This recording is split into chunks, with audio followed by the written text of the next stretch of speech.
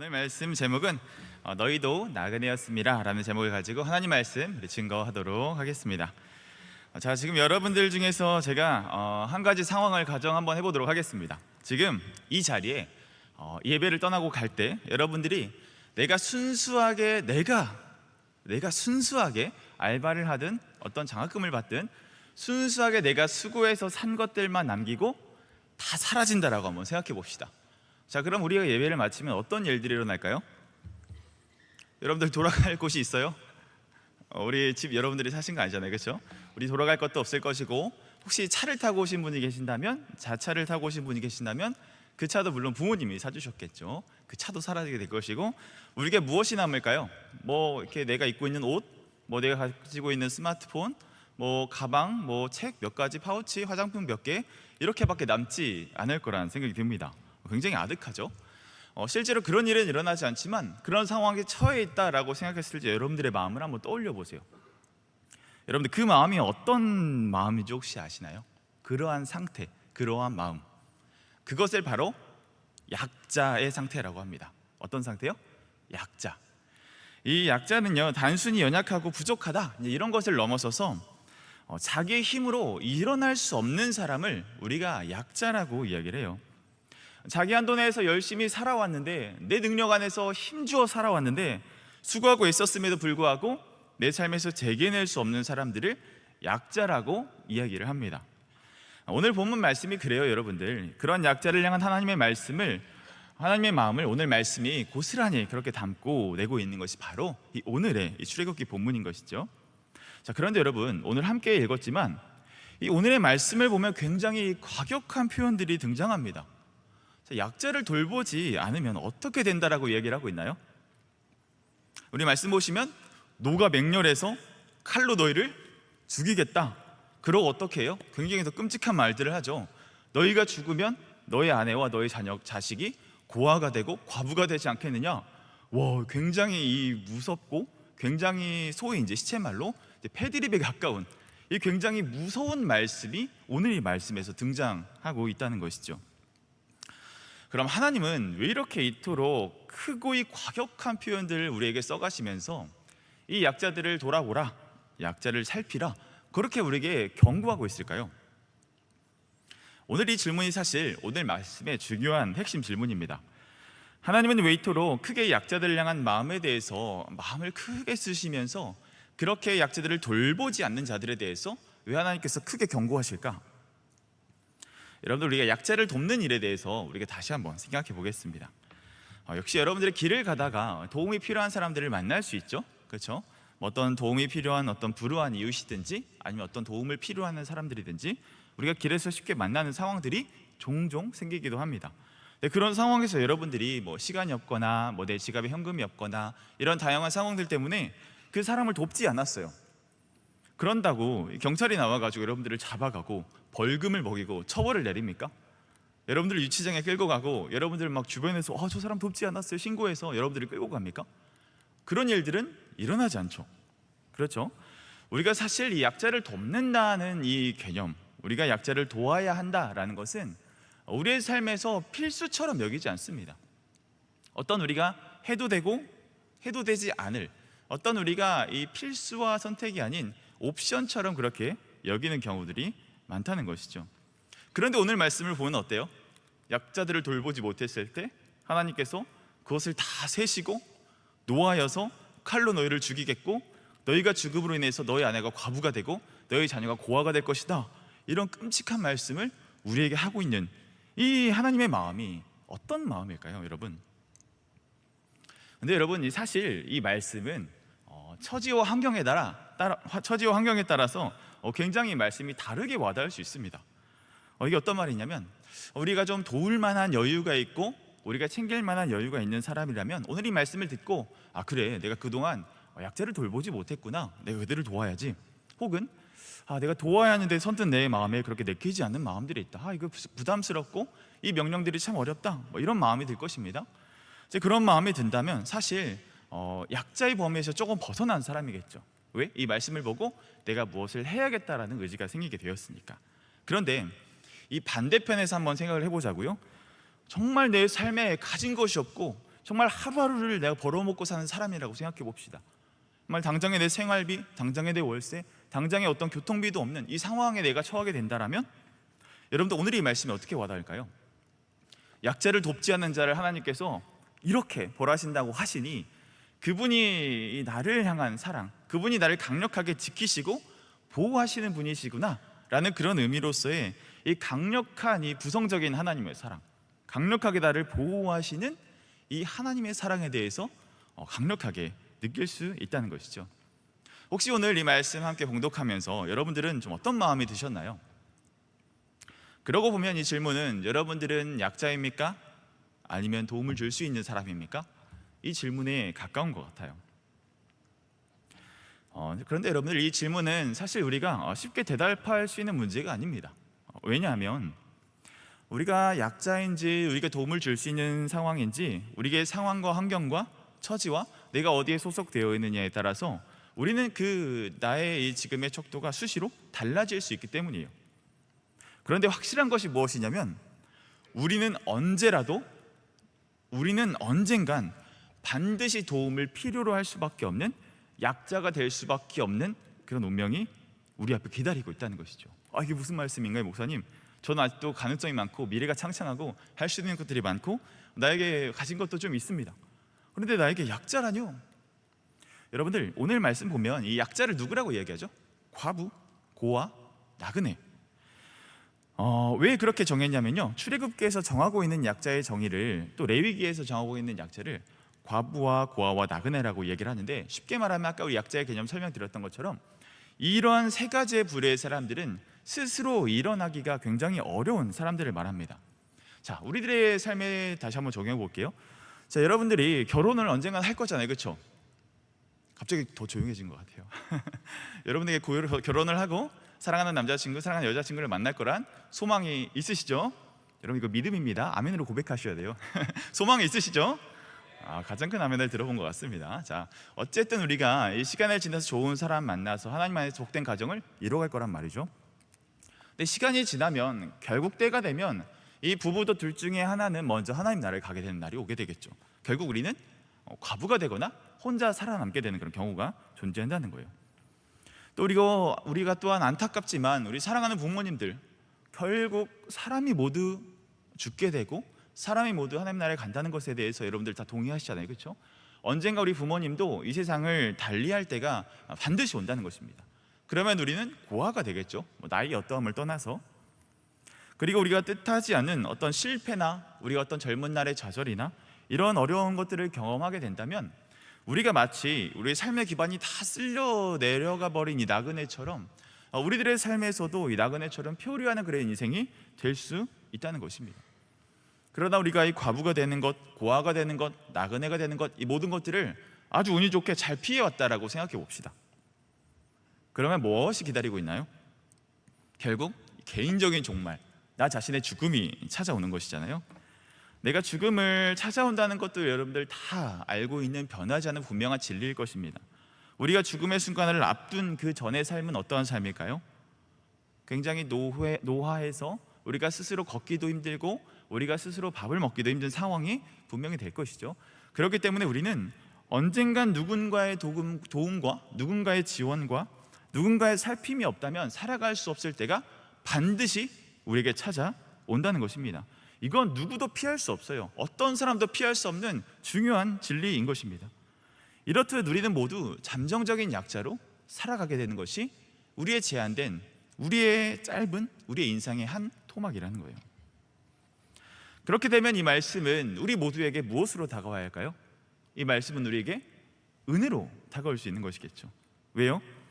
오늘의 말씀이 우리에게 다가올 수 있는 이유는 결국은 언젠가 우리가 약자가 된 삶을 살아갈 수밖에 없다라는 그런 우리가 일들에 대해서 우리가 동의한다면 우리가 약자를 돌보지 못하는 자들을 강하게 징벌하신다라는 하나님의 말씀을 통해서 누구보다 우리를 끝까지 지키신다라는 이 하나님의 강력한 보호막 아래 우리의 인생이 놓여 있다라는 큰 확신을 얻을 수 있는 것이죠. 그런데 오늘 말씀을 특별히 이스라엘 백성들에게 이 출애굽기를 통해서 하신 이유가 있습니다. 그것이 무엇이냐면 이스라엘의 가장 큰 문제가 무엇이냐면 이 자신이 약자였음을 잊는 것이 가장 큰 문제였다는 거예요. 여러분들에게도 동일한 것 같아요. 여러분들에게 지금 무엇이 주어져 있죠? 여러분들에게 무한한 가능성을 가진 젊음이라는 것이 여러분들에게 주어져 있죠. 그렇기 때문에 우리가 긴 인생을 바라보면서 내 앞에 펼쳐질 장밋빛과 같은 앞날에 펼쳐진 것들을 기대하고 소망하면서 내 인생에 좋은 것들, 선한 것들, 하나님 주실 귀한 것들이 내 삶에 풍성하게 우러나기를 기대하는 마음들이 있다는 거예요. 그러면서 우리가 잊기 쉬운 것은 내가 하나님 앞에서 약자였고 내가 하나님 앞에서 어떠한 존재인지를 우리도 쉽게 망각할 수 있다는 것이죠. 오늘 출애굽기를 보면 이 이스라엘 백성들도 그것에 대해서 분명히 잊어버렸다는 것입니다. 자, 우리 출애굽기를 한번 좀 넓게 한번 살펴볼까요? 이 출애굽기는 총 4가지로 구분이 되어 있습니다. 1장부터 15장까지는 이 애굽에서 압제받는 장면들이 등장하죠. 그렇죠. 그리고 16장에서 18장까지는 이 광야에서의 삶을 이야기합니다. 그리고 우리가 함께 읽은 이 19장과 24장 이 사이에서는 하나님께서 율법을 수여하시면서 너희들을 제사장 나라 삼으셨으니 너희는 이러이러하게 하나님 나라와 그분의 뜻을 위해서 살아갈 수 있는 이방 민족들에게 하나님의 살아계심을 보이는 자로 살아가라 라는 의미에서 율법을 수여하십니다. 그리고 나서 25장과 40절에서 40장에서 이 성막이 어떻게 지어지는지 쭉 이야기를 해주시면서 이 성막 공동체, 이 하나님 나라의 정말 귀한 가치를 가진 이 성막 공동체를 가진 하나님의 택한 백성으로 살아날 것에 대해서 출애굽기가 마무리가 되고 있는 것이죠. 자, 그래서 오늘 말씀은 특별히 이 장절을 콕 집어서 읽었는데 우리가 좀 카메라의 줌을 딱 당기듯이 좀 더 넓게 한번 출애굽기를 한번 보자고요. 자, 아까 제가 1장부터 15장, 15장부터 18장까지는 어디에서의 삶을 살았던 이야기라고 얘기 드렸죠? 애굽에서의 노예와 광야에서의 삶을 이야기 드렸죠. 자, 출애굽기는 1장부터 40장입니다. 자, 그러면 이 광야에서 삶, 애굽에서의 삶은 출애굽기의 어느 정도의 부분을 할애하고 있을까요? 거의 절반에 육박합니다. 그렇죠? 1장부터 18장이니까 반올림하면 얼추 20장 될 것 같아요. 이 반절에 해당하는 부분에 대해서 이스라엘 너희들이 원래는 애굽의 노예였던 존재들이었다. 너희들은 원래 내 은혜 없이는 살아갈 수 없었던 이 물 한 방울 나지 않는 이 풀 한 폭이 나지 않는 그 광야에서 하나님 당신의 은혜가 없이면 살아갈 수 없는 그런 너희는 미약한 존재였다. 그라는 사실에 대해서 20장 내리 귀에 못에 박히도록 이스라엘 백성들에게 이야기했다는 것이죠. 그러하오니 그러한 너희들을 내가 택하여 불러서 제사장 나라 삼으셨고 너희를 통해서 하나님의 권대하신 꿈들을 이뤄가겠다라는 것이 나머지 절반에 해당한다는 것이죠. 그래서 이 출애굽기를 통해서 우리에게 주시는 메시지가 무엇이냐? 원래 이스라엘 백성들은 원래부터 약자였다는 것이죠. 하나님의 은혜가 없으면 살아갈 수 없는 너무나 미약하고 초라한 약자였다는 것입니다. 그러고 보면 오늘의 말씀을 함께 읽었던 말씀을 이스라엘 백성들이 이 자리에서 우리와 함께 이 빈자리에 다 앉아가지고 들었다고 한다면 오늘 우리 함께 봉독한 이 말씀을 들었을 때 그들에게는 어떠한 마음들이 들었을까요? 그리고 동일하게 이 말씀을 듣는 여러분들에게는 하나님께서 이 말씀을 통해 어떤 마음이 느껴지게 하시고 계실까요? 그러나 이스라엘 백성들이 품었던 가장 큰 문제는 아까 약자임을 잊어버렸다라고 제가 말씀드렸죠. 맞습니다. 이게 가장 큰 문제였습니다. 그들은 이 자신의 어떠한 노예의 삶, 또 광야에서 삶, 그 굉장히 약자와 같은 그 삶에서 자신들의 보여지는 그 약함 속에 드러나는 이 악한 모습들이 그들 가운데 여실하게 드러내는 것을 우리 18장까지의 오늘 출애굽기를 통해서 우리 이미 알고 있습니다. 어떤 사건들이 있죠? 대표적으로 우리 출애굽기에 보시면 이 만나와 메추라기 사건들이 등장합니다. 이게 어떻게 일어난 일인지 여러분들 아시죠? 내가 나와가지고 우리가 노예 시절 살아갔을 때는 고기도 먹고 마음껏 좋은 것들을 누리고 살아왔는데 지금 나와보니까 지금 뭐 이 만나만 먹고 이 어떤 과자 같은 것만 주워 먹고 살아가는 그런 내 인생이 초라하다, 내 인생이 불만족스럽다, 내 인생에 이게 무엇이냐, 우리가 정말 자유의 땅을 찾아온 것이 맞느냐, 이런 불평을 쏟아내는 것이죠.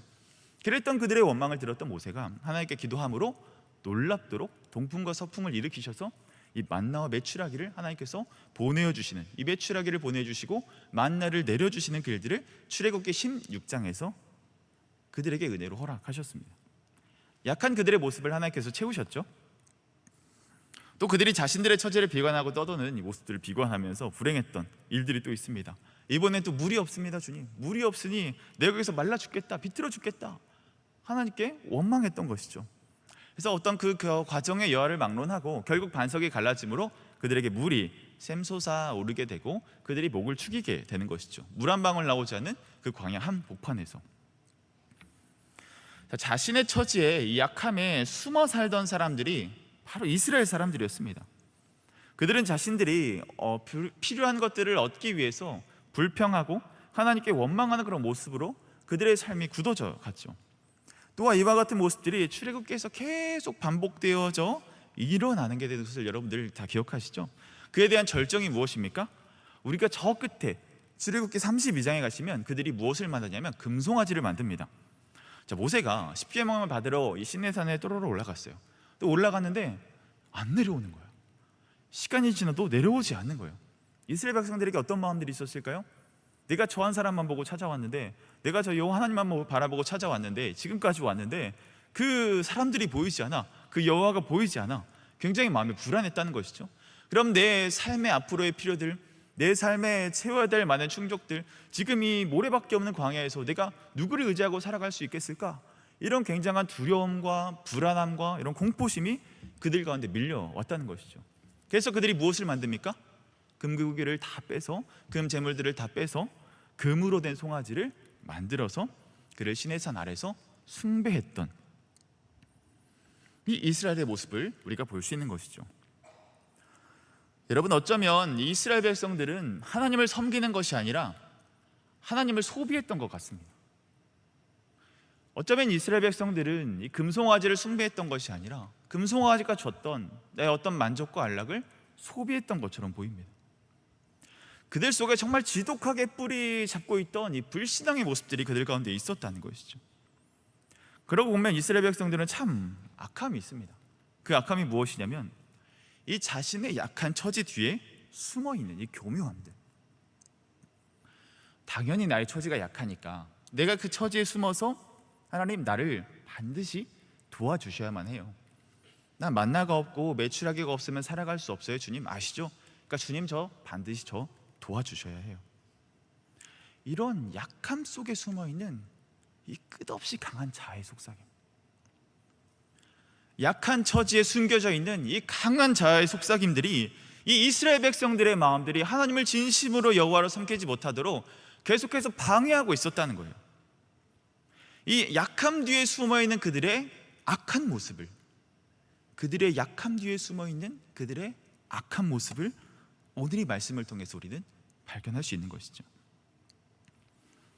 앞서 말했듯이 이스라엘의 가장 큰 문제는 이 자신들의 약함을 잊었다는 것, 그것이 무엇이냐면 내가 하나님 앞에서 철저히 부서질 수밖에 없고 내가 하나님 앞에서 철저히 뭉개질 수밖에 없었던, 나를 살리시면 내가 살아갈 수 없는, 하나님께서 호흡 주시지 않으면 숨 쉴 수 없는 그런 미물과 같은 그러한 약자가 아니라 내 처지의 약함 때문에 이 자신의 상태를 망각하고 내 강한 자만 살아남아 하나님을 그렇게 이용하려 들었던, 그렇게 약함 뒤에 하나님을 이용하려 들었던 그들의 악함이 문제였다는 것이죠. 제가 몇 해 전에 한 청년과 신방하면서 좀 이런 이야기를 들었습니다. 어떤 이야기였냐면 그 청년은 주민센터 아시죠? 여러분들 동사무소라고 하면 모르실 것 같아서, 네, 주민센터라는 곳이 있어요. 거기에 이제 동 단위로 민원을 수리하고 처리해주는 그런 기관, 작은 이게 말초적인 행정센터죠. 주민센터 아닌가요? 행정센터로 바뀌었나요? 여하튼 이제 그런 곳에서 근무를 하는 이 청년이었어요. 근데 그 청년이, 목사님, 저는 이 연초와 연말만 되면 너무 이제 출근하기가 싫습니다. 그 민원인들을 제가 대하기가 너무나 싫습니다. 그래서 이렇게 뭐 조그마한 진정제 약도 먹고요. 저는 그렇게 출근할 수밖에 없는 게 요즘 연말과 연초를 살아가는 제 삶이에요. 그래서 제가 너무나 놀래가지고 이제 그 근처에 찾아가서 함께 식사를 하면서 간단한 얘기를 좀 나눴습니다. 결국에 이 고민의 시작은 그거더라고요. 연말과 연초가 되면 굉장히 주민센터가 바빠지는데 그 이유가 뭐냐면 정말 그 주민센터는 다양한 일들이, 정말 잡다한 일들이 많이 있는 걸 여러분들 아실 겁니다.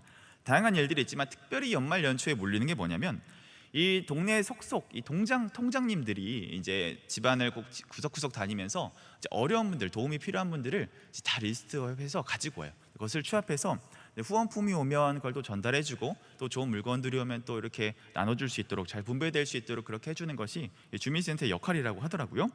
그래서 그것들을 혜택을 잘 받기 위해서 그런 사람들이 어떤 것들을 신청하기도 하고, 또 어떤 것들을 등록하기도 하고, 또 어떤 것들을 좀 넣어달라고 자신의 이름을 이렇게 적기도 하고, 그런 과정을 이제 겪는다는 것이죠.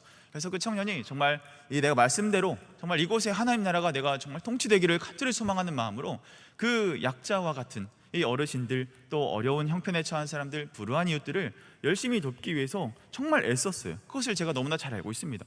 그래서 그들에게 어떠한 편의도 봐주기도 하고요, 어떤 서류를 내야 되는 마감 기간이 있음에도 불구하고 그래도 이렇게 조금 더 유예 기간을 줘서 그렇게 받기도 하고, 이렇게 마음을 쓰고 배려해 줬던 순간들이 많이 있었다는 것이죠.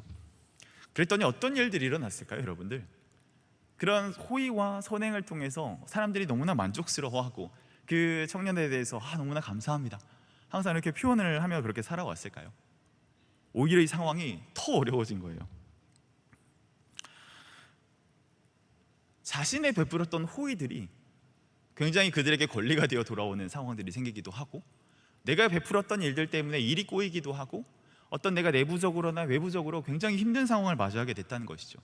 그러면서 결국 그 일들의 그 컴플레인의 그 민원의 주체가 누구였냐면, 자기가 도왔던 사람들이 자신에게 그렇게 컴플레인하는 모습을 보면서 굉장히 마음에 많은 실망과 아픔과 어려움들이 마음속에 찾아와서, 목사님, 저 연말과 연초가 되면 정말 다른 곳에 가고 싶어요, 정말 출근하고 싶지 않아요, 이런 고백들을 했다는 것입니다. 그 청년이 거기서 느낀 것이 무엇이겠어요, 여러분들? 참 도움이 필요한 사람들이 오히려 더 그 청년을 힘들게 하고, 더 삶이 억척스럽고, 더 욕심 부리고, 더 무례한 이 모습들을 보게 되면서 참 너무나 힘들었다는 것이죠. 나는 말씀대로 살았는데 왜 일들이 나에게 겪어지는 것인가? 그러면서 그 청년이 고백하는 것은, 하나님이래, 목사님, 그 사람들의 이 약함 속에 저는 악함이 보였습니다. 저는 그게 너무나 안타까웠어요. 왜 이 땅이 그러한 세상이 되어버렸을까요? 라면서 굉장히 그 아련한 눈빛으로 함께 식사를 했던 그 장면들이 저는 오늘의 말씀을 보면서 항상 떠오르게 되더라고요. 근데 그 신방을 거치면서 저의 마음속에 한 가지 깊은 깨달음이 있었습니다. 근데 사실 저는 그 당시에 그 이야기를 나누면서 이 마음이 어떤 마음인지 잘 몰랐어요. 근데 굉장히 마음이 불편한 거예요. 저도 어디서 굉장히 많이 본 모습인데, 여러분들 그거 아시죠? 데자뷰처럼 어떤 말들을 들었는데 이거 내가 꿈에서 본 것 같은데, 어디서 내가 들었던 것 같은데, 이런 느낌이 저에게 그 찜찜함들이 계속 남아있는 것이죠. 이러한 패턴, 이러한 모습들, 이러한 행태들, 이러한 모습들, 또 이러한 사연과 스토리들. 근데 그때는 뚜렷이 제가 분명히 알 수 없었거든요. 근데 그렇게 시간을 좀 흘려보내다가 제가 한 2주 정도 지났을까요? 그때 이제 새벽에 이제 기도를 하고 있는데 갑자기 그 일들이 스물스물 떠오르는 거예요. 근데 그 이야기가 계속해서 제 마음에 맴도는 것입니다. 근데 왜 이런 생각들이 떠나지 않을까 계속해서 고민하고 기도하던 중에 하나님께서 그런 깨달음을 주셨는데, 어쩌면 영광아, 이게 너의 모습이지 않겠니? 저는 굉장히 어이가 없었죠. 제가 왜요, 주님? 사실 제 안에도 하나님 앞에서 약한 자라고 고백하지만, 하나님, 나에게 은혜가 필요해요. 하나님, 내가 은혜가 없으면 내가 한시도 살아갈 수 없습니다. 주님의 은혜가 없다면 내가 이 호흡조차 이어갈 수 없는 하나님 앞에서 철저한 약자입니다. 그렇게 말하면서도 내 안에 숨어있는 이 수많은 약함 뒤에 숨어서 내가 간구하는 제목들이 정말 내 욕심과 내 탐욕일 때가 많았고, 또 하나님 앞에서 고집부렸던 때가 많았었고, 또 하나님 앞에서 정말 무례하고 욕심부렸던 그런 나의 많은 과거들이 또 스물스물 함께 떠오르게 되더라고요. 그러면서도 하나님 나 사랑하시니까 나 또 이해해 주시겠지, 나 또 받아주시겠지, 그래 오늘 이렇게 엎드리고 나아갈 때 하나님 또 은혜 주시겠지. 그런데 하나님께서는 그 하나님 앞에 서 있는 그 민원인과 같은 모습이 바로 나였다는 것을 깨닫게 하셨다는 것이죠. 하나님 없이는 내가 은혜로 살아갈 수밖에 없는 존재입니다 라는 이 나약한 말 속에 숨겨진 이 내 강력한 이 자아가 탐욕을 말하고, 여전히 욕심을 말하고, 여전히 죄를 품고, 여전히 하나님 앞에서 무례하게 살아갔던 이런 약한 모습들이, 이런 악한 모습들이 나에게 있었다는 것이죠. 약하다 하면서도 강한 자가 살아 숨겨있는 내 마음과 내 내면과 내 영혼 속에 진짜 사특한 그 악함이 제 안에 있었던 것이죠. 저는 그때 깨달았습니다. 약하면 악할 수 있구나. 여러분, 진정한 약자임을 고백하는 것은 무엇일까요? 하나님, 내가 하나님 도움이 필요합니다. 하나님, 나의 어떤 결핍을 채워주십시오. 하나님, 나에게 재정이 필요합니다. 하나님, 나는 아시잖아요. 나는 다른 친구들과 내 동기들과 출발선이 다른 거 주님 아시잖아요. 저는 부모님께 어떤 지원도 받을 수 없어요. 주님, 이 생활비, 등록금, 어떤 내가 생활해야 되는 문제, 내가 다 해결해야 되는 거 주님 잘 아시잖아요. 주님, 우리의 가정에 이런 어려움들이 있습니다. 주님, 내 삶에 풀리지 않은 이런 난제와 같은 문제들이 내 삶의 지뢰처럼 너무나 도사리고 있습니다. 주님, 그것을 채워주십시오. 나는 그러한 약자입니다. 그것을 채워달라고 우리가 약함을 호소하는 것이 진정한 약자의 모습일까요? 오히려 그것은 나의 연약함 그 뒤에 숨어서 나의 죄인됨을 바라보지 못하는 것, 그것을 끊임없이 요구하고 끊임없이 무례하고 끊임없이 탐하는 그런 내 마음속의 진정한 악한 모습을 바라보지 못하는 그런 것은 진정한 의미에서 악한 사람이 아니었을까요? 우리가 진짜 하나님 앞에서 악함은 바로 우리의 죄인됨인 것입니다. 진짜 죄인됨, 진짜 내가 하나님 앞에서 나의 약함 뒤에 숨는 강함이 아니라 진짜 하나님 앞에서 내가 약한 사람은 내 삶의 어떤 필요보다, 내 삶에 당장에 모면되어야 될 이런 순간적인 문제들보다 우리가 더 중요한 것들을 바라볼 수밖에 없어요. 결코 순간을 모면하게 살아가는 존재가 되지 않는다는 것입니다. 왜요? 이 결핍이 주는 문제, 이 필요가 없어서 주는 문제, 이 어려운 상황의 최종적인 문제가 무엇이겠습니까? 결국 이 문제들이 나에게 죽음을 가져온다는 것 아닙니까? 그러나 우리 예수님은 우리에게 무엇을 주셨습니까? 그 죽음을 극복하시고 죽음으로부터 승리하게 하시는 그 십자가의 보혈의 은혜가 바로 우리 죄인들에게 허락하신 하나님의 놀라우신 그 복음의 그 메시지 아닌 것입니까? 그러한 사실에 깊이 통감하고 그러한 사실에 깊은 동의가 있으신 분들은 하나님을 이용하는 것을 그 자리에서 멈추게 됩니다. 왜냐하면 이것은 내가 지금 단순히 하나님을 이용해서 얻을 수 있는, 해결해낼 수 있는 문제가 아니라는 것을 깨달은 자들이기 때문이죠. 내게 하나님이 없었다면 마주하게 될 영원한 죽음, 주님은 그 죽음을, 죄의 문제를 십자가에서 단번에 이루셨기 때문에 내가 그 아래로 피할 때, 내가 그 아래로 엎드려질 때 이 세상이 줄 수 있는 최고의 고통인, 이 세상이 줄 수 있는 종말적인 고통인 이 죽음의 문제가 주님 그 약속하신 그 구원의 권세에 힘입어 다 감면받고 다 사해지고 다 자유함을 얻게 되었다는 것이 우리에게 허락하신 이 복음의 놀라운 메시지 아닙니까? 사랑하는 야베스 여러분, 이 내 안에 있는 이 약함을 바라보는 방식이 바라보기를 축원합니다. 내 안에 비교에서 오는 열등감, 결핍, 피해의식, 그 뒤에 숨어서 언제까지 여러분들 이 나의 약함을 방패 삼아서 여러분들의 악함을 인정하며 살아갈 거예요? 언제까지 그 약함 뒤에 숨어서 내 강한 자아에 먹이를 주며 그렇게 그 강한 자와 연명하면서 살아갈 겁니까? 그러나 하나님 앞에서 하나님 앞에서의 진정한 약함은, 하나님, 내가 주님의 은혜 없이는 살아갈 수 없는 내가 그런 죄인입니다.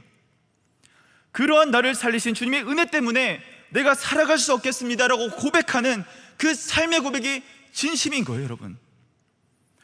하나님은 우리가 도움이 필요한 약자이기 전에 은혜 없이 살아갈 수 있는 죄인임을 우리가 먼저 고백하길 원하십니다. 그리고 우리가 약하다 말하는 결핍의 문제가 되는 이 결국에 주는 그 죽음의 문제로부터 우리에게 자유함을 주시기 위해 이 땅 가운데 주님 오신 것이죠. 여러분, 오해가 없으셨으면 좋겠어요. 하나님은 여러분들의 어떤 결핍과 부족함에 소홀하신 분이 아니라는 것을 꼭 기억하셨으면 좋겠어요. 오해하지 않으셨으면 좋겠어요. 주님은 제가 그동안 짧은 인생을 살아왔지만 분명히 저는 확신해요. 제가 필요한 것보다 하나님은 저의 필요를 더 잘 아십니다. 그러한 분이 왜 오늘 이렇게 강력한 메시지를 통해서 너 돕지 않으면 너 죽인다, 너 칼로 멸할 거다, 너 안에 과부 만든다, 네 자녀 고아 만든다, 이런 말씀으로 왜 우리에게 강력한 말씀을 선포하셨을까요? 우리가 어떤 약자임을 우리가 바라보기 전에 이 세상의 어떤 불평등, 이 세상의 어떤 부당함, 요즘 젊은이들에게 굉장히 중요한 키워드 아닙니까? 그것들이 깨졌을 때 우리 굉장히 민감하게 반응하잖아요. 근데 그것 때문에 우리가 약함 뒤에 숨지 말라는 거예요. 그것에 속지 말고 우리가 진짜 바라볼 것은 내 실존, 내 하나님 앞에서 내가 어떠한 존재인지 바라볼 수 있는 내가 끔찍하게 죄인이고 이 문제를 주님께서 해결하지 않으면 내 삶에 결코 답이 없는 이 영원한 죽음으로부터 벗어날 수 없는 그런 존재가 다라는 사실을 주님 오늘 이 말씀을 통해서 깨닫길 원하시는 것입니다. 왜 이것들을 깨닫게 하실까요? 우리가 이것을 깨달을 때 우리가 진정으로 약자를 끌어안을 수 있는 삶을 살아갈 수 있기 때문입니다. 내 약함을 알기 때문에, 그 약함을 건지신 은혜를 알기 때문에 나와 같은 자들을 보고 우리가 공감하지 않을 수 없는 것이죠. 여러분, 이러한 삶을 살았던 인물이 신약 성경에 소개되고 있습니다. 바로 백부장이라는 사람인데요. 여러분, 백부장 아시죠? 그의 삶을 보면 이 하나님 앞에서, 이 예수님 앞에서 정말 자신의 위치, 자신의 약함을 진짜 알고 고백하는 자였다는 것이죠. 우리 누가복음 7장 2절과 5절에서 그의 모습에 대해서 소개하고 있는데, 오늘 같이 한번 말씀을 한번 펴볼까요? 네, 우리 한 절씩 같이 한번 읽어보도록 하겠습니다. 시작. 어떤 백부장의 사랑하는 종이 병들어 죽게 되었더니, 계속 읽겠습니다. 네, 소문을 듣고 유대인의 장로 몇 사람을 예수께 보내어 오셔서 그 종을 구해 주시기를 청한지라. 이에 그들이 예수께 나와 간절히 구하여 이르되, 일을 하시는 것이 이 사람에게는 합당하나이다. 그가 우리 민족을 사랑하고 또한 우리를 위하여 회당을 지었나이다 하니. 이런 백부장은요, 말 그대로 100명의 부하를 거느리는 어떤 이 로마 군인의 간부였습니다. 그의 삶은 그의 삶에 오늘 말씀에 우리가 읽어서 알겠지만 굉장히 비상식적인 일들이 막 일어나는 것을 우리가 보게 되죠. 우리가 2절 3절에 보시면 어떤 백부장이 사랑하는 종이 병들어 죽게 되었다. 그래서 그 소문을 듣고 유대 장로 몇 사람이 예수께 사람을 보내어 종을 구해주시기를 간청했다, 이런 말이 나오죠. 여러분, 굉장히 아이러니하지 않아요? 이 유대인과 로마인의 이 관계 여러분들 아시죠? 우리 또한 이 아픈 과거였지만 일본의 식민 통치를 받았던 기억이 있지 않습니까? 이 유대인들을 지금 통치하고 있는 나라가 어떤 나라예요? 로마죠. 그러니까 피지배계층과 지배자의 관계라는 것이죠.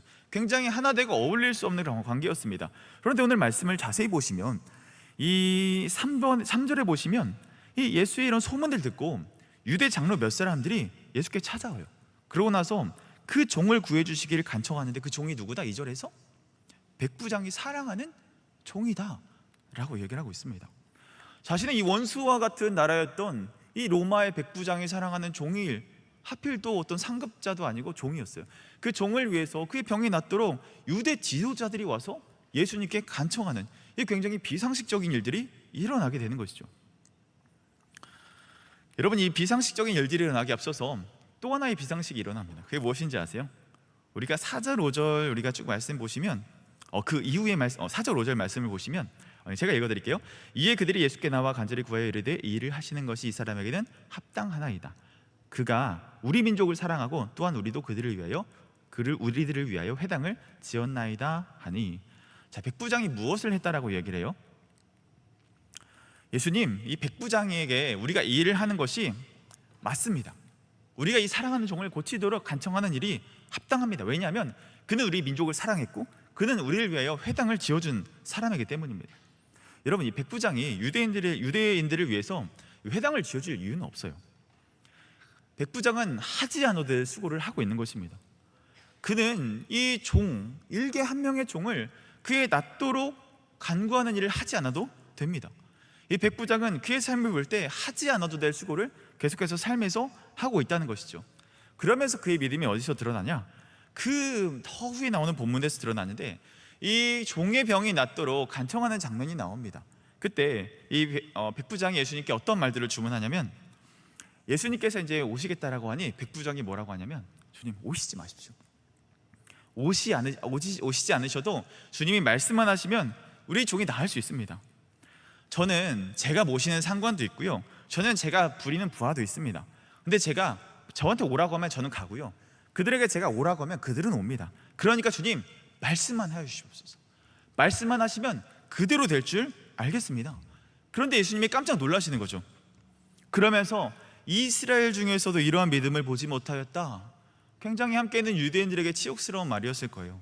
자신들이 하나님의 택함받은 백성이라고 했던 사람들인데 그 이방인들에게 포함시켜서 이스라엘 중에 이보다 큰 믿음이 가진 자가 없었다라고 하는 것은 이 예수님이 백부장의 믿음에 대해서 굉장히 극찬하고 있는 내용인 것이죠. 여러분, 이 말을 다시 한번 풀어볼게요. 주님 오셔도 되지 않습니다. 말씀만 하여 주십시오. 무슨 말입니까? 예수님, 저는 당신의 아래입니다. 주님, 저는 당신의 부하와 같습니다. 주님, 저는 당신 앞에서 약한 자입니다. 저는 당신의 말씀만으로도 족합니다. 그런 존재입니다. 은혜만으로도 족하오니 그저 말씀하시면 그대로 된 줄로 알고 내가 그렇게 살아가겠습니다. 그 은혜를 아는 자가 백부장이었다는 것이죠. 그렇기 때문에 그의 인생이 어떻게 돼요? 하지 않아도 될 수고로 그의 인생이 버무려졌다는 거예요. 회당을 지어주고 일개의 종을 사랑하여서, 그것도 그 사랑하는 종을 그의 병이 낫기를 간청했던 마음들, 왜 유대의 지도자들이 어떻게 알았겠습니까? 여러 가지 또 부탁들을 했겠죠. 얘 사랑하는 종이 아프게 됐는데 이거 어떻게 하면 좋을까요? 이 나라의 풍토병 같은데 어떻게 하면 치유될 수 있을까요? 유대의 지도자들에게 자문을 구하지 않았겠습니까? 이러한 정말 하지 않아도 될 수고를 그가 했다는 것이죠. 왜? 그가 하나님 앞에서 철저히 하급자로, 하나님 앞에 철저히 약자로 자신의 존재를 그렇게 인정했기 때문에. 오늘 이 백부장을 통해서 우리는 약함을 인정하는 방식을 우리는 새롭게 배울 수 있는 것입니다. 우리의 약함을 인정하는 방식은 무엇이죠?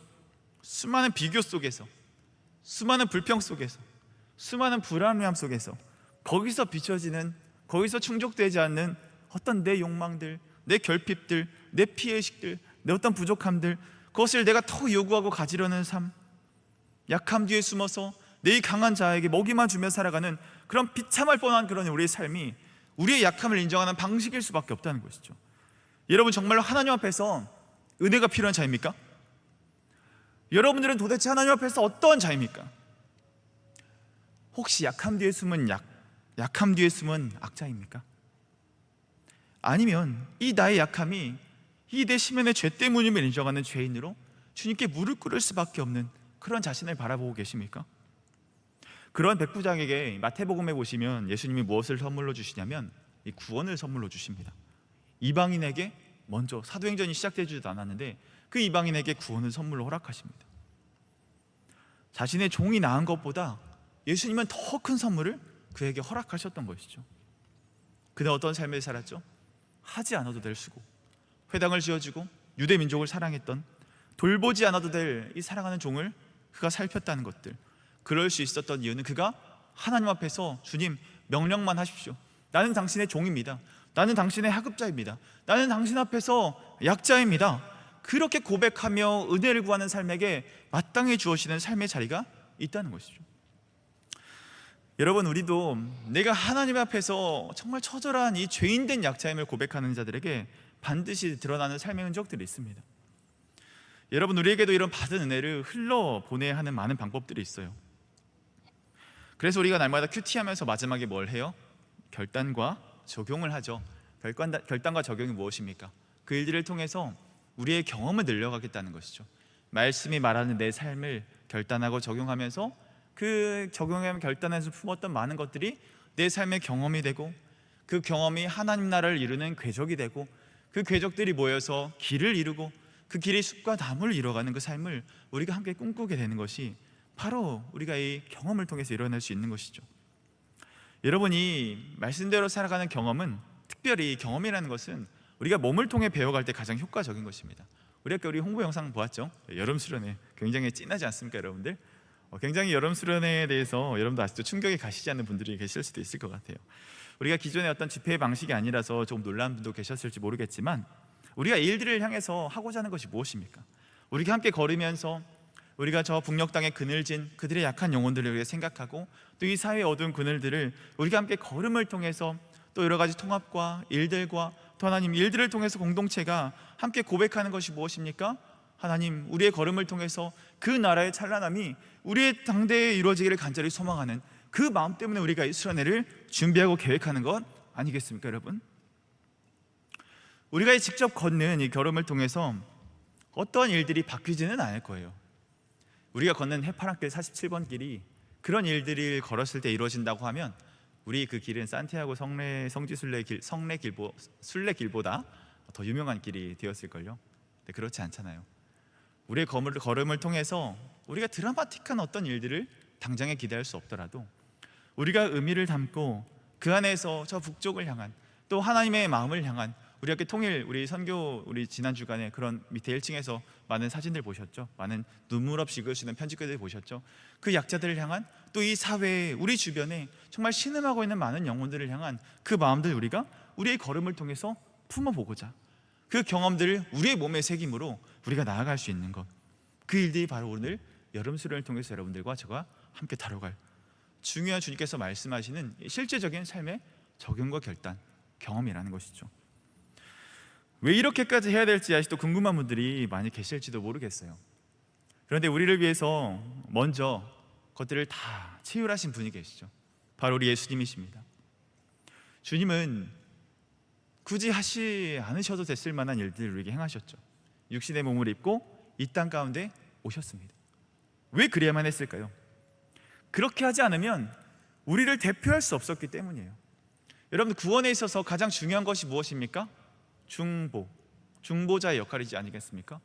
우리를 대표한 그분이, 완전한 인간으로서 우리를 대표한 그분이 완전한 신이셨기에 이 구원을 이룰 수 있는, 죽음을 이길 수 있는 이 유일한 우리의 구원의 키가 되셨던 예수님, 그렇기 때문에 우리가 대표가 위해서 우리와 같아지셔야만 했죠. 그래서 육신을 입으셔서 우리와 같은 고통들을 동일하게 체혈하시고 경험하신 것이죠. 그래서 히브리서의 말씀처럼 우리에게는 대제사장은 우리의 연약함을 동정하지 못하실 리가 아니요, 우리에게 그렇게 단언컨대 확신하는 말로 우리에게 예수 그리스도의 일하심을 우리가 소개하고 있는 것이죠. 그분의 피 흘리심이 있었기 때문에, 그분의 고통이 있었기 때문에, 그분이 우리와 함께 먹고 마셨던 순간이 있었기 때문에 그분이 우리를 대표할 수 있었고, 그분의 긍휼하심이, 그분의 위로가 우리에게 참된 위로가 될 수 있는 것이며, 그가 품으셨던 사랑의 말씀이, 그가 품으셨던 이 넉넉한 마음이 우리에게 더욱더 큰 진정성으로, 그 의미로 우리의 삶과 영혼을 감동시키는 일들로 다가올 수 있었다는 것이죠. 그런 복음에 반응하는 사람들, 그런 은혜를 입은 정말 죄인이기 때문에 죽음을 앞두고 있는 약자로 살아갈 수밖에 없는 우리에게 그 주님이 오셨다면, 우리는 그 마음을 우리가 나눌 수 있는 그런 주님의 복음을 든 그런 사람이 되어야 한다는 것이에요. 먼저 우리에게 보내주신 그 사랑이 있기 때문에 내가 그 받은 사랑을 온전히 흘려보내는 것, 내가 그 일들에 대해서 우리가 시간을 내고, 또 우리가 노력을 내고, 우리가 회비도 내고 수고를 들여서 또 땀 흘리고 비 맞아가면서 그 일들을 우리가 행함을 통해서 우리에게 함께하는 그 약자들이 있다는 것을 우리의 몸에 그 의미를 새김을 통해서 우리가 그 경험들, 그 결단과 적용이 우리의 삶 가운데 풍성하게 열매 맺힐 때, 정말 앞으로 여러분들이 살아갈 많은 삶의 터전들과 환경과 또 직장과 유의 삶에서도 이 품었던 젊은 날의 소중한 경험을 통해서 이 구체적인 하나님 나라가 무엇인지 여러분 가운데 하나도 놓치지 않고 펼쳐질, 저는 그날을 기대하고 소망하게 되는 것 같아요. 오늘 말씀을 마무리하겠습니다. 여러분들 약함 뒤에 숨겨져 있는 이 강한 자를 여러분들 숨기지 오늘 않으셨으면 좋겠습니다. 여러분들의 약함은 어쩌면 악함일 수 있는 것이죠. 우리의 진정한 약함은 하나님 앞에서 고발되어지는 그런 이 죄의 문제가 진정으로 약한 것임을 기억하셨으면 좋겠습니다. 그런 내가 약하여 하나님의 은혜가 필요한 존재이고, 내가 그 은혜가 없다면 살아갈 수 없다는 존재라는 것에 대한 이 뼈아픈 울림과 이 뼈아픈 우리들의 고백이 있다면, 여러분이 그 받은 은혜를 우리가 마땅히 흘려보내야지 않겠습니까? 그 일들을 위해서 정말 우리가 공동체로 함께하는 이 구체적인 결단과 이 적용의 시간을 통해서 우리의 걸음이, 우리가 나누는 대화들을 통해서, 우리가 함께하는 그 시간을 통해서 진정한 이 시대의 그늘과 약자를 밝혀낼 수 있는 귀한 복음의 횃불이 저와 여러분들이 다 되시기를 소망합니다. 물론 상황과 여건이 되지 못해서 수련회를 가지 못하는 자들이 있더라도 그 삶의 자리에서 또 함께 고군분투하면서 그 삶을 함께 살아내셨으면 좋겠습니다. 그러한 기쁜 마음이, 하나님 내가 약자였습니다, 하나님 나부터 주님의 은혜가 없으면 살아갈 수 없는 그러한 약자였습니다라는 약함이 악함이 아닌, 약함이 죄인이었던 그 죄인인 나를 살리셨던 하나님의 은혜, 그 복음에 반응하는 저와 여러분들의 복된 삶이 되시기를 주님의 이름으로 간절히 소망합니다. 우리 함께 일어나서 함께 찬양하고 결단하는 시간 갖도록 하겠습니다.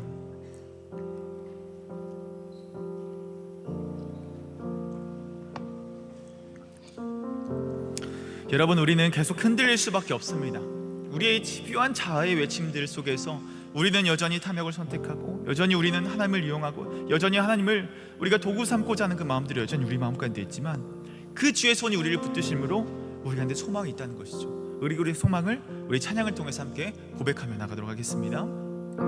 주 부르심 따라 예수 이름 부르며 나의 인생을 드렸네. 사람들 이해 못하고 이해 못하고 결과 어떠하든지 주만 따라가기 원했네. 이제와 돌이켜보니 그저 부끄러울 뿐 모두 다 주의 은혜로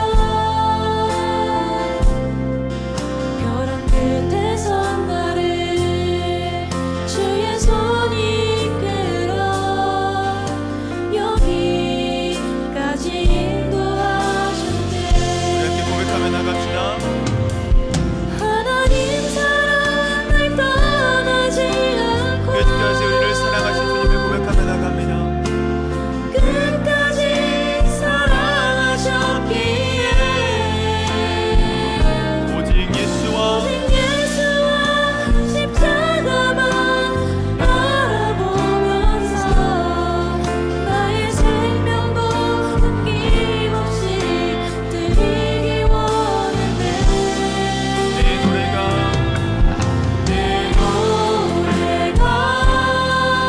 상한 영혼 일으켜 다시 살게 하는 살게 하는 노래가 되기.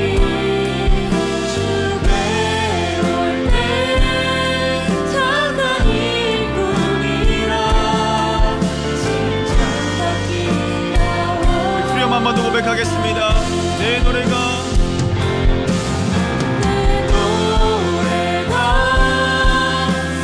영혼 일으켜 다시 살게 하는 노래가 되니. 주 배울 때 착한 일꾼이라 칭찬받기 나와. 우리 한 번 더 고백합니다. 우리의 노래가 소망이 되기를 소망하며 내 노래가 사랑 영혼 일으켜 다시 살게 하는 노래가 되니. 주 배울 때 착한 일꾼이라 칭찬받기가 원하네. 우리 이 시간 한번 고백해 볼까요, 여러분? 죄인인 우리를 먼저 사랑하신 우리 하나님의 은혜에 우리가 먼저 반응하며 나갑시다. 오늘의 약자를 살피라는 말씀이 여러분들은 무엇으로 들리십니까? 우리는 결국 죄인이고 결국 죽음을 앞둔 약자이기 때문에 이 말씀을 우리를 끝까지 지키시겠다는 하나님의 약속을 우리를 들을 수 있는 것이죠. 그러나 우리는 어떻습니까? 우리는 약함 뒤에 숨어 우리 욕심과 탐심과 비교와 여러 부정적인 메시지를 앞에 먹이를 주며 살아가고 있지 않습니까? 우리의 약함 뒤에 숨겨진 강한 자의 모습으로 살아가고 있지 않습니까? 이 시간 우리의 실존을 하나님 앞에 고백합시다. 주님, 나는 약자가 아니라 죄인이었습니다. 나의 약함 뒤에 숨어있던 악한 자가 아니라 하나님의 은혜가 없이는 살아갈 수 없는 죄인입니다. 이러한 나를 만나 주셔서 죄인인 저에게 하나님의 은혜만 남겨주십시오. 사랑하는 야베스 여러분, 함께 기도합시다. 약함 뒤에 숨지 않게 하여 주시옵소서. 우리의 약함보다 하나님의 강함을 바라보게 하여 주시옵소서. 비질리에 속지 않고 은혜로 살아가는 복된 인생 되게 하여 주시옵소서. 주여 한번 부르시고 기도합니다. 주여. 하나님, 우리는 약자였습니다. 악함 뒤에 숨었던 악한 자였습니다. 하나님, 우리 약함 뒤에 숨었던 우리들의 분단한 삶을 주께로 고백합니다. 하나님, 우리의 삶의 욕심과 우리의 탐욕과 우리의 비교와 우리의 비현식들을 약하다라는 베일들 앞에서 우리가 방패나 만미하며 살아왔습니다. 하나님, 우리는 약한 자가 함에도 불구하고 우리는 그 거짓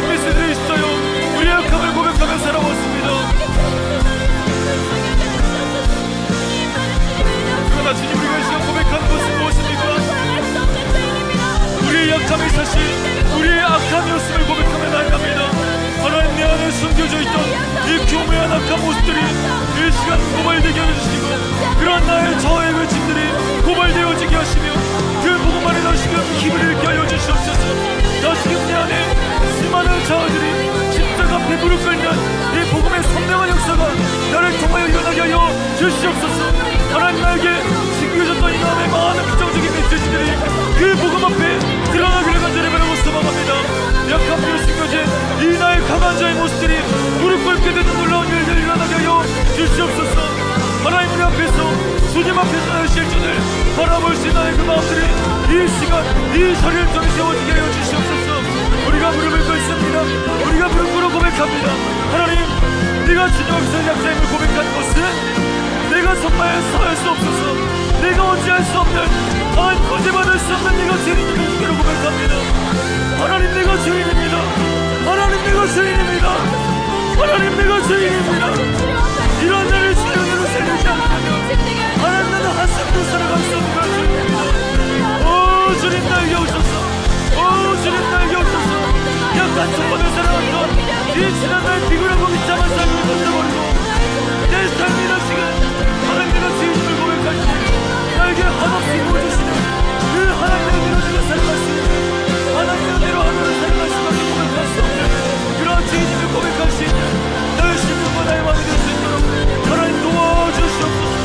그런 나의 모습을 발견하게 하여 주시옵소서.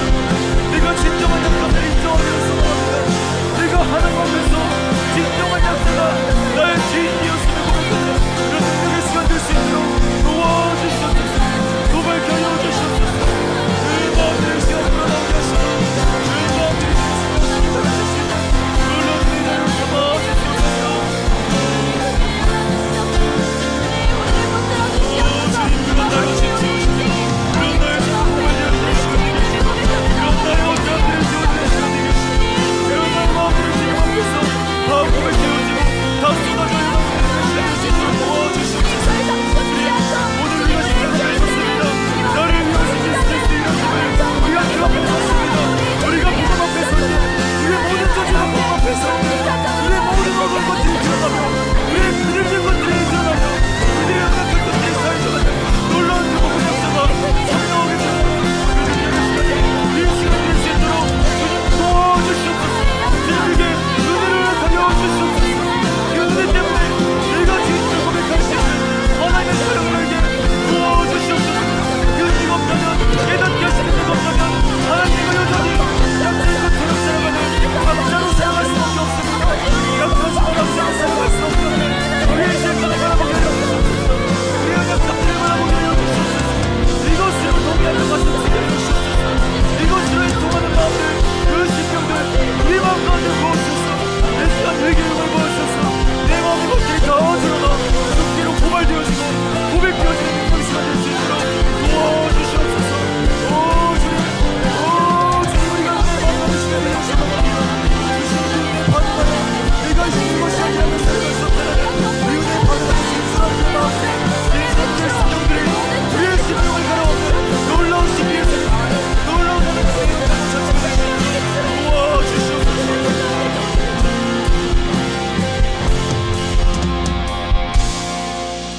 사랑하는 여러분, 우리가 진실로 그 하나님의 은혜를 입은 사람은 결코 가만히 있을 수 없는 거예요. 여러분 백부장을 보십시오. 그가 하나님 앞에 완전히 엎드린 자 아니었습니까? 그의 삶 가운데 하지 않아도 될 수고로 얼룩져 있는 모습들, 그것들 보게 되죠. 여러분 우리도 마찬가지입니다. 하나님께서는 우리를 사랑하시는 건 어쩌면 우리가 하지 않아도 될 수고의 자리를 부르시는 것입니다. 그러나 주님은 우리에게 먼저 그 사랑을 보여주시고 사랑해 주시고 그 아들을 보내주시고 우리를 택하여 이 자리까지 부르신 이가 주님이심을 우리가 고백합니다. 사랑하는 동역자 여러분, 우리가 그 은혜를 반응하는 자임을 우리가 함께 기억하며 나갑시다. 우리 함께 기도하십시다. 사랑하는 주님, 먼저 나에게 오신 그 주님의 사랑을 내가 깨닫게 하여 주시옵소서. 그 사랑에 반응하게 하여 주시옵소서. 그 은혜를 흘려보내는 인생 되게 하여 주시옵소서. 견딜 수 없는 그 뜨거운 마음들을 나에게 부어주시옵소서. 주여 한번 부르시고 기도하겠습니다. 주여.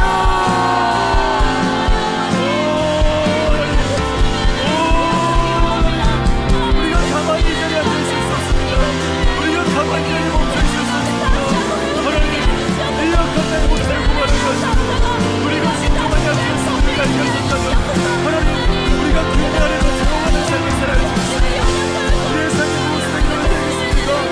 하지 않는 주의 수고 우리가 먼저 보여주신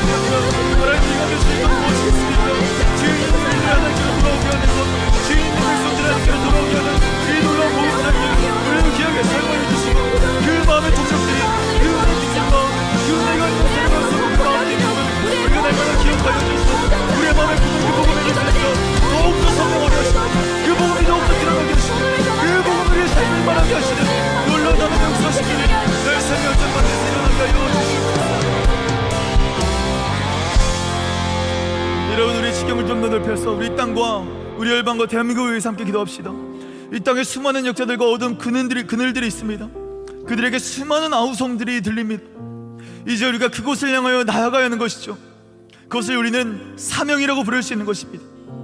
스스로 일어날 수 없는 그들에게 우리가 손을 내밀어야 하는 것, 앞날에 소망도 없고 꿈도 희망할 수 없는 그들에게 손을 내밀어야 하는 것, 주님께서 우리에게 주셨던 그 사랑과 같이 우리도 그러한 삶을 살아내어야 하는 것입니다. 이것이 우리에게 주신 사명이 되기를 결단합시다. 사랑하는 주님, 이 시대에 나를 부르신 온전한 사명을 발견하게 하여 주시옵소서. 세상의 그늘을 밝히는 이 시대의 대안이 되게 하여 주시옵소서. 우리를 통하여 하나님 나라의 아름다움을 바라보게 하여 주시옵소서. 우리의 원대한 꿈을 우리의 손으로 이루어가게 하시는 하나님의 영광을 참여하게 하여 주시옵소서. 주여 한번 찾고 기도하겠습니다. 주여, 하나님의 사명들을 주시고, 하나님을 함께하는 중경자를 주시고, 하나님과 함께하는 영생을 주시고, 하나님은 얼마나 큰지 모르겠습니다. 우리가 무엇이 간데, 이 연약한 우리가 무엇이 간데, 죄인으로 결정된 무엇이 간데, 약한 우리의 약함을 부끄럽고 이러한 죄인으로 결정한 무엇이 간데, 우리에게 손을 밀어주시고, 우리가 이 하나님과 함께하자고 말씀하시는 이 하나님의 말씀을 무엇이겠습니까? 우리를 이 시대에 보내신 이유, 우리가 이 시대에 감당해야 할 사명을, 이 시대에 감당해야 할 시대적인 소명을 우리를 통해서 이루어가게 하여 주시옵소서. 나의 열악하신 많은 청년들, 나의 직장들, 나의 전문성과 나의 인사들, 하나님 모든 일들을 통하여 하나님 이 시대의 그들을 밝혀낼 수 있는 귀한 복음의 지역의 길을 완전히 바라고 소망합니다. 하나님 이 시대의 그들 기분들을 밝혀낼 수 있는 살아있는 시간이 되기를 간절히 바라고 소망합니다. 살아신 시고 역동하는 이 청년들이 살아있는 복음을 향해 스스로 생각할 수 있는 귀한 작업을 하기를 간절히 바라고 소망합니다. 하나님 우리가 젊은 때 이 작은 내 삶에 함몰되어 있지 않냐고, 내 작은 내 삶에 머물러 있지 않냐고, 온 세계와 온 열방과 이 나라 대한민국을 구원할 수 있는 힘을 주길 바라고 소망합니다. 이 사회의 문을 짓고 이 사회 아픈 곳, 저 우리 북한 땅에 아픈 많은 이들의 목소리, 하나님 많은 이들인데 숨어서 유명한 많은 자기 소리들, 하나님 침례를 위한 많은 분들이 하나님 그들 향해서 감당의 복음을 전하며 우리의 삶과 정말 속에서 하나님 영광을 이루어보게 하신 하나님 나라의 원대한 국가의 사명들이 나의 사명이 되게 하여 주시옵소서. 그 사명을 제로 측정하시고 그 사명을 제로 우리를 하나님 우리의 삶을 멈출 수 없습니다. 나의 인생을 여기서 끝만들 수 없습니다. 내가 그 사명을 가지고 내 인생을 힘있게 달려갈 수 있는 젊은 청년과 같은 이 다음 세대를 세워나갈 수 있는 그런 젊은 세대 되게 하여 주시옵소서. 그런 내가 되게 하여 주시옵소서.